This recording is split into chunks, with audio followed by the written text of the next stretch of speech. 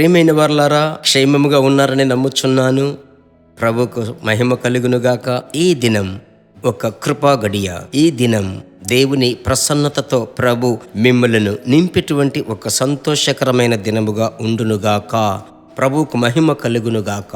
ఈ నవంబర్ నెల 25వ తేదీ దేవుడు మీకిచ్చేటువంటి ఒక చక్కటి మాట ఏమిటి తెలుసా? నేను చదువుతున్నాను, మీరు బైబిలు తెరచి చదవాలని నా ఆశ. స్క్రీన్లో వస్తుంది, మీకు తెలుసు. సరే, చదువుకుందాం. యెషయా గ్రంథం 26:9 రాత్రి వేళ నా ప్రాణము నిన్ను ఆశించుచున్నది, నాలోనున్న ఆత్మ ఆసక్తితో నిన్ను ఆశ్రయించుచున్నది.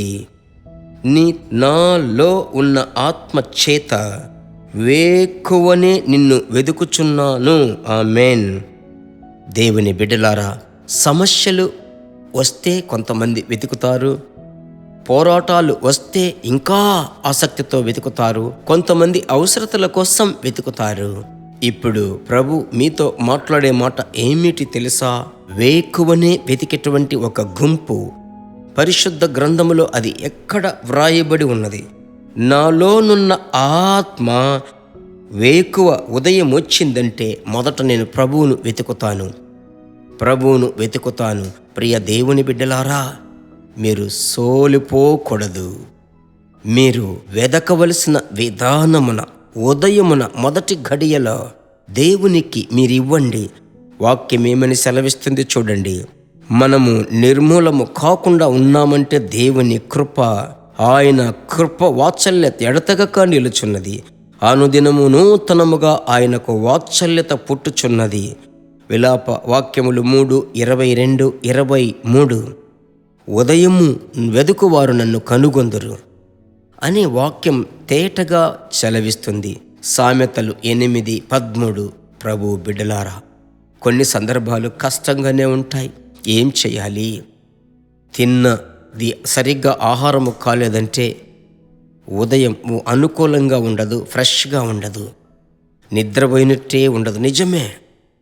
అయినప్పటికీ ఇలాంటి పరిస్థితులలో లేచి నడచి స్తుతించి, ప్రభువా మిమ్మల్ని వెతుకుచున్నానయ్యా, వేకువనే నేను నిన్ను వెతుకుచున్నాను, నా ఆత్మ అభిషేకము పరిశుద్ధాత్ముడు నన్ను వెదికేలాగా చేస్తున్నాడు, కనుక మీరు వేకువనే లేచి ప్రార్థించటానికి మిమ్మల్ని అప్పగించుకోనండి. కొంచెం స్ట్రెయిన్ అయి ప్రయాసపడి చూడండి. ఆమేన్.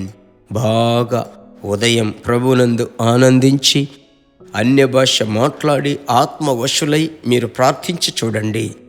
ఆ దినములో నూతనమైన కృప మాత్రమే కాదు, అనవసరమైన సమస్యలకు ఒక హెచ్చరిక మీకు వస్తుంది. అనవసరమైన స్థలములకు మీరు వెళ్ళరు, అనవసరమైన ఖర్చులు కూడా రావు. అనవసరమైన వ్యక్తులను దర్శించటానికి ప్రభు మీకు చోటివ్వడు. ఆ దినమంతా దేవుని యొక్క హస్తమును మీరు చక్కగా చూడగలరు. సరేనా? కనుక సోలిపోవద్దు. ఈ దినమందు ప్రభు మీకు చెప్పమన్న మాట, వేకువనే వెదకండి. ఆమేన్. ప్రభుకి స్తోత్రం. పెందలకడనే లేచి యేసయ్య అరణ్య ప్రాంతంలోనికి వెళ్ళి తండ్రి వైపు చూసి ప్రార్థించటానికి వెళ్ళాడు. ఆయనే కదా మనకు రోల్ మోడల్. కనుక మీరు దేన్ని గురించి దిగులు పడకండి. ఓటమిని జయముగా మార్చబోతున్నాడు మీ జీవితంలో. అందుకొరకు ఇప్పుడు నేను మీ కొరకు ప్రార్థిస్తాను.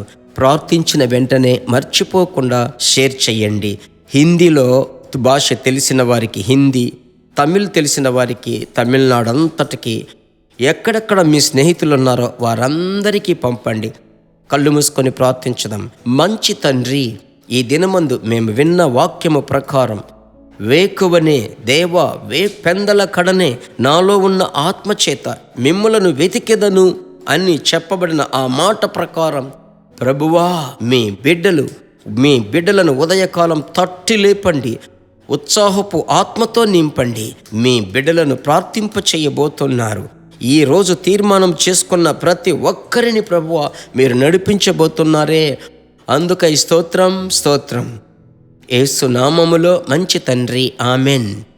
God bless you. ప్రభు చేత మీరు ఆశీర్వదింపబడుదురు. జీసస్ మీట్స్ యూట్యూబ్ కుటుంబీకులు మా కొరకు ప్రార్థించడం మర్చిపోరని నమ్ముచున్నాను. ప్రభు నామ మహిమపరచబడును. God bless you. దేవుని బిడ్డలారా, ఈ వర్తమానము మీకు మిక్కిలి ఆశీర్వాదకరముగా ఉందని మేము నమ్ముచున్నాము. ఇంకనూ మా వర్తమానములను విని ప్రభువులు ఆశీర్వదింపబడుటకు జీసస్ మీట్స్ మినిస్ట్రీస్ అను మా యూట్యూబ్ ఛానల్ ను సబ్స్క్రైబ్ చేయండి. మరియు మా ప్రార్థన సహాయముకై మీరు సంప్రదించవలసిన మా ఫోన్ నెంబర్ 9842525836 మరియు 7299546363. Email gpsrobinson@hotmail.com. ప్రభు మిమ్మును ఆశీర్వదించునుగాక.